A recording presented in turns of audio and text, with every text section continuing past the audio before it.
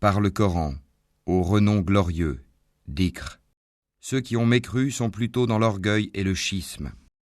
Que de générations avant eux avons-nous fait périr, qui ont crié, hélas, quand il n'était plus temps d'échapper. Et les Mécois s'étonnèrent qu'un avertisseur parmi eux leur soit venu. Et les infidèles disent, c'est un magicien et un grand menteur. Réduira-t-il les divinités à un seul Dieu ? Voilà une chose vraiment étonnante. Et leurs notables partirent en disant, allez-vous-en et restez constants à vos dieux, c'est là vraiment une chose souhaitable. Nous n'avons pas entendu cela dans la dernière religion, le christianisme. Ce n'est en vérité que pure invention. Quoi ? C'est sur lui, parmi nous, qu'on aurait fait descendre le rappel, le Coran ? Plutôt, ils sont dans le doute au sujet de mon message. Ou plutôt, ils n'ont pas encore goûté à mon châtiment. Ou bien, détiennent-ils les trésors de la miséricorde de ton Seigneur, le puissant, le dispensateur par excellence ?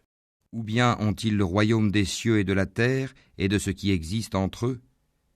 Eh bien, qu'ils y montent par n'importe quel moyen. Une armée de coalisés qui ici même sera mise en déroute.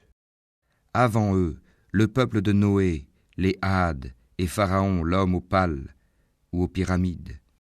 Et les Tamoud, le peuple de Lot, et les gens d'Alaïka ont tous démenti leurs messagers. Voilà les coalisés. Il n'en est aucun qui n'ait traité les messagers de menteurs. Eh bien, ma punition s'est avérée contre eux, ceux-ci n'attendant qu'un seul cri, sans répétition. Et ils disent, Seigneur, hâte-nous notre part avant le jour des comptes.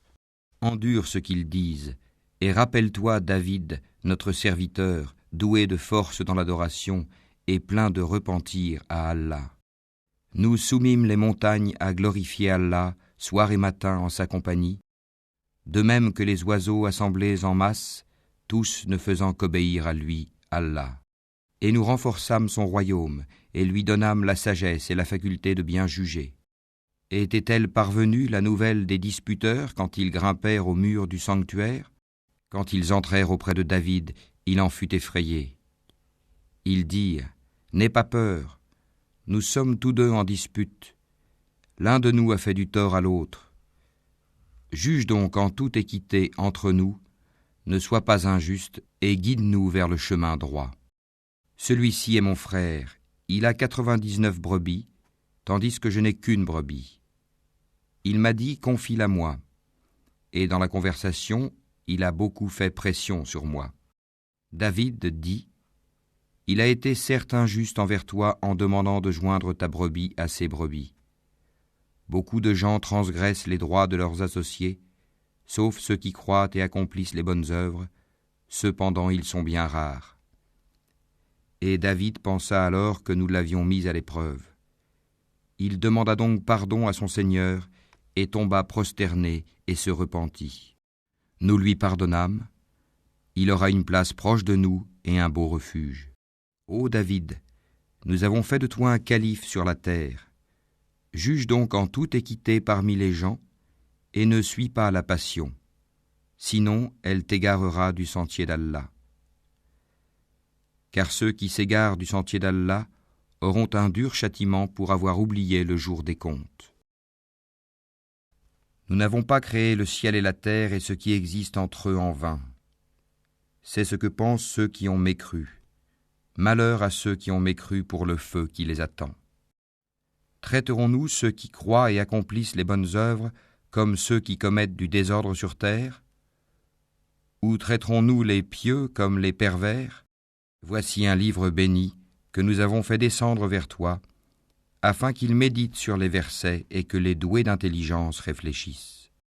Et à David, nous fîmes don de Salomon, quel bon serviteur. Il était plein de repentir. Quand un après-midi on lui présenta de magnifiques chevaux de course, il dit « Oui, je me suis complu à aimer les biens de ce monde au point d'oublier le rappel de mon Seigneur, jusqu'à ce que le soleil se soit caché derrière son voile. Ramenez-les-moi. » Alors il se mit à leur couper les pattes et les coups. Et nous avions certes éprouvé Salomon, en plaçant sur son siège un corps. Ensuite il se repentit.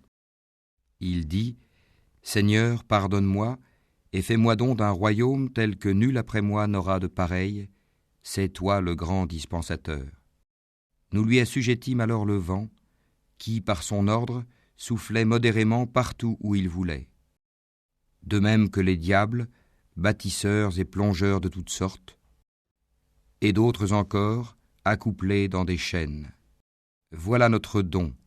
Distribue-le ou retiens-le sans avoir à en rendre compte. Et il a une place rapprochée de nous et un beau refuge. Et rappelle-toi Job, notre serviteur, lorsqu'il appela son Seigneur, le diable m'a infligé détresse et souffrance.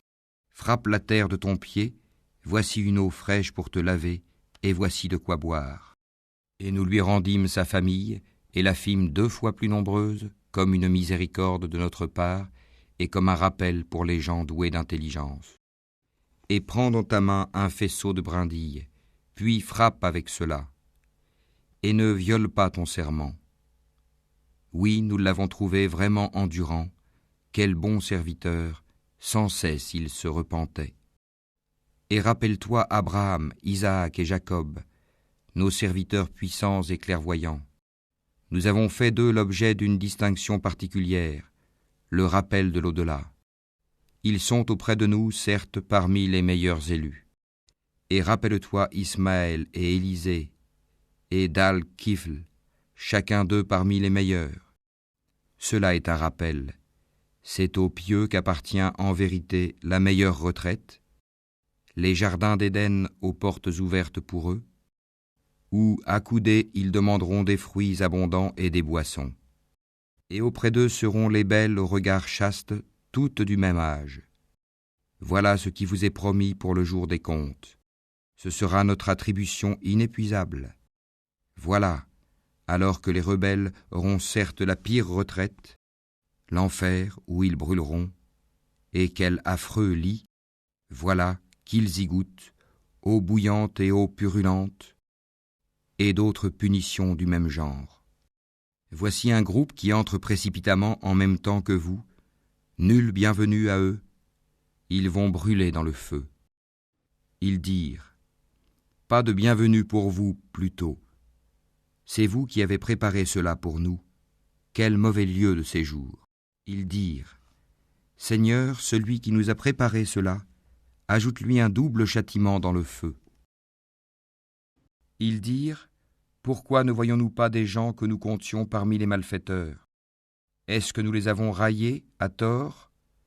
Ou échappent-ils à nos regards?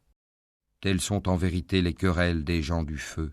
Dis, je ne suis qu'un avertisseur, point de divinité à part Allah, l'unique, le dominateur suprême, Seigneur des cieux et de la terre, et de ce qui existe entre eux, le puissant, le grand pardonneur.